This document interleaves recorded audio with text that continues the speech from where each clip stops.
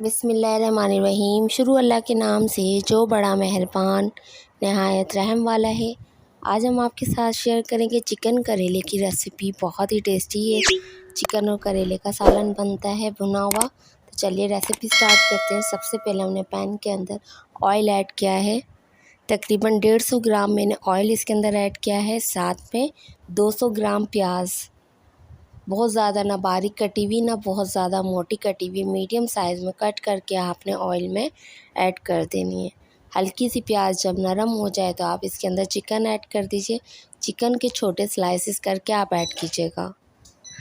Chicken के छोटे छोटे स्लाइसेस कट करके मैंने प्याज के साथ ऐड कर दिए। अब इसको फ्राई करेंगे तब तक के जब तक चिकन पिंक से वाइट नहीं हो जाती।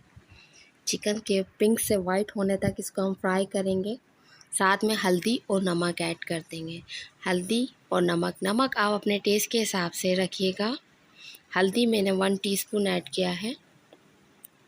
चिकन की क्वांटिटी तकरीबन 200 ग्राम चिकन है। करेले जो मैं ऐड कर रही हूँ वो 250 ग्राम है। 200 ग्राम प्याज, 200 ग्राम चिकन और 250 ग्राम करेला बारीक सा कट करके मैंने चिकन के अंदर ऐड कर दिया। अब करेले को भी अच्छे से फ्राई कर लेंगे प्याज और चिकन के साथ। ये बहुत ही टेस्टी बनते हैं चिकन और करेले की रेसिपी से ज़रूर ट्राई कीजिएगा। ये नाश्ते के अंदर और चपाती के साथ तो बहुत ज़्यादा यम लगते हैं। काफ़ी अच्छे से फ्राई हो चुके हैं। तो अब इसके अंदर हम ऐड करेंगे टमाटर और लहसुन का पेस्ट। ये देखिए ऑयल अच्छे से रिलीज़ हो गया। अब 1 चम्मच मैंने लहसुन अदरक का पेस्ट ऐड किया है और 1 बड़े साइज़ का टमाटर। 1 चम्मच मैंने काली मिर्च का पाउडर लिया और 1.5 चम्मच कुटी हुई लाल मिर्च।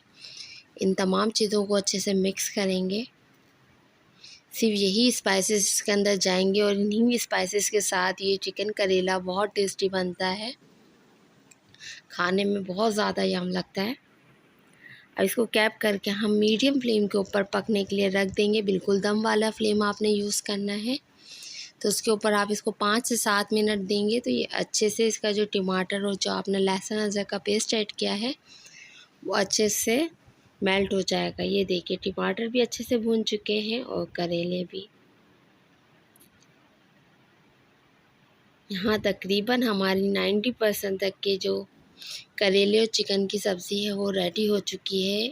तो अब इसके अंदर हम ऐड करेंगे हरा धनिया। हरे धनिया से जो फ्लेवर है इसका काफ़ी इन्हेंस होकर आएगा, काफ़ी ज़्यादा यम्स लगेगी ये सब्ज़ी।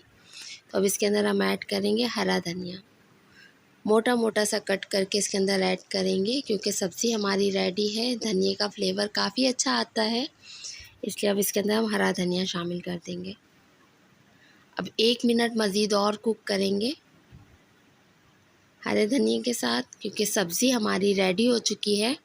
चैनल पे नहीं हो तो प्लीज़ चैनल को सब्सक्राइब कर लीजिएगा, शेयर कीजिएगा, साथ साथ नोटिफिकेशन लाजमी प्रेस कीजिएगा। फिर मिलेंगे एक मज़ेदार सी रेसिपी के साथ। तब तक के लिए इजाज़त दीजिए। अल्लाह हाफ़िज़।